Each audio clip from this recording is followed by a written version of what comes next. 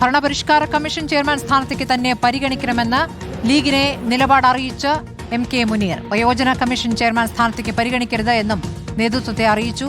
ആവശ്യം മുഖ്യമന്ത്രിയുടെ മുന്നിൽ വീണ്ടും വെക്കാനാണ് ലീഗിന്റെ തീരുമാനം. ഭരണപരിഷ്കാര കമ്മീഷൻ ചെയർമാൻ സ്ഥാനം ഏറ്റെടുക്കില്ല എന്ന് VM സുധീരൻ വ്യക്തമാക്കിയ പശ്ചാത്തലത്തിൽ കൂടിയാണ് ലീഗിന്റെ നീക്കമുണ്ടാകുന്നത്. റഷീദ് വിവരങ്ങളുമായി. MK മുനീർ നേരത്തെ ഉന്നയിച്ച ആവശ്യം വീണ്ടും ഉന്നയിക്കുകയാണോ എന്നാണ് അറിയാനാകുന്നത്?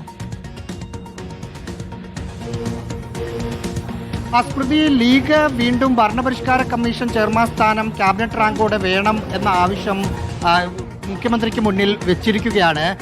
കഴിഞ്ഞ തവണ പലതവണ ചർച്ചകൾ നടന്ന സമയത്ത് VM സുധീറിന് വേണ്ടി ആ പദവി കൊടുക്കേണ്ടി വരും, അതുകൊണ്ട് അത് ലീഗിന് നൽകാൻ പറ്റില്ല എന്നതായിരുന്നു ഉഭയകക്ഷി ചർച്ചയിൽ അന്ന് കോൺഗ്രസ് എടുത്ത നിലപാട്.